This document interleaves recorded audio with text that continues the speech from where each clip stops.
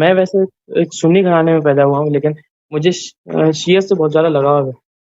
جی جی میں ابھی 12 اماموں کو تو ماننے لگا ہوں، لیکن امام مہدی علیہ السلام کے بارے میں میرے دل میں ایک شک ہے. مطلب جیسے کہ سنی کتاب میں لکھا ہے یہ ان کا نام محمد ابن عبداللہ ہوگا، لیکن شیعوں کے حساب تو سے دیکھیں وہ یہ تھا، وہ اس لیے تھا، وہ حدیث اس لیے آپ کی کتب میں موجود ہے کہ کئی محمد ابن عبداللہ جھوٹے مہدی آئے ہیں آپ کی کتابیں لکھنے سے پہلے. ایک محمد ابن عبداللہ ہے، عبداللہ منصور کا نام ہے، منصور کا نام ہے، اس کے بیٹے کا نام محمد ہے. تو وہ ادعا کر رہا تھا کہ میرا بیٹا مہدی العباسی، اس کا نام محمد ہے، یہ مہدی یہی ہے. تو اس وجہ سے اس کے لیے احادیث بنائی گئی. جو اصلی مہدی ہے اس کا نام محمد ابن عبداللہ ہے، مہدی العباسی جو ہے وہ اس کا نام محمد ہے، وہ ابو جعفر منصور کا بیٹا ہے، منصور کا نام ہے عبداللہ.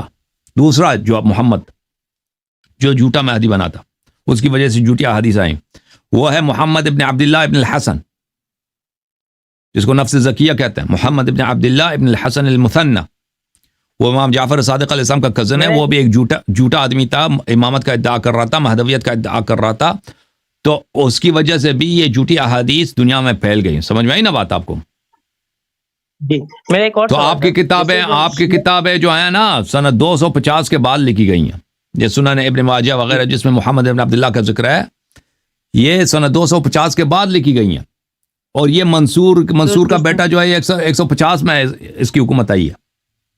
150 میں تو اس کو منصور نے مشہور کرا دیا کہ مہدی ہے. سنہ 158 میں اس کی حکومت آئی ہے، 158 میں. تو ان لوگوں نے پہلے سے حدیث بنائے تھے ان لوگوں نے. تو اس زمانے میں منصور کے زمانے میں یہ حدیث بنی تھی. اور محمد ابن عبداللہ ابن الحسن اس کی وفات ہے سنہ 140 کے لگ بھگ.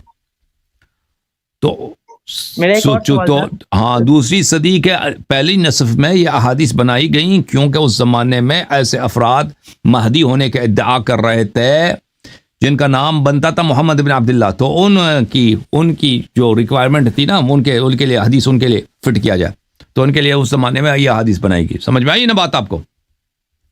جی ہاں. میرا ایک اور سوال تھا، جیسے جو شیعہ کلمے میں علی ولی اللہ پڑھتے ہیں، یہ جائز ہے یا بدعت ہے؟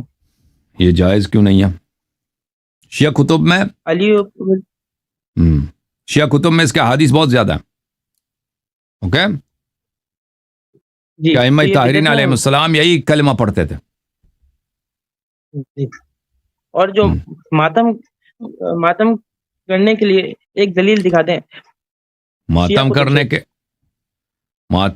کے لیے اہل بیت علیہ السلام. آپ ادھر میرے چینل پہ چلے جائیں نا، ادھر محرم سے پہلے جو میں نے تقاریر کی ہے ماتم پر، اس پہ دیکھ لیں، تو میں نے بہت سارے وہاں پہ احادیث دکھا دی کہ کیوں ماتم کرنا چاہیے. اوکے.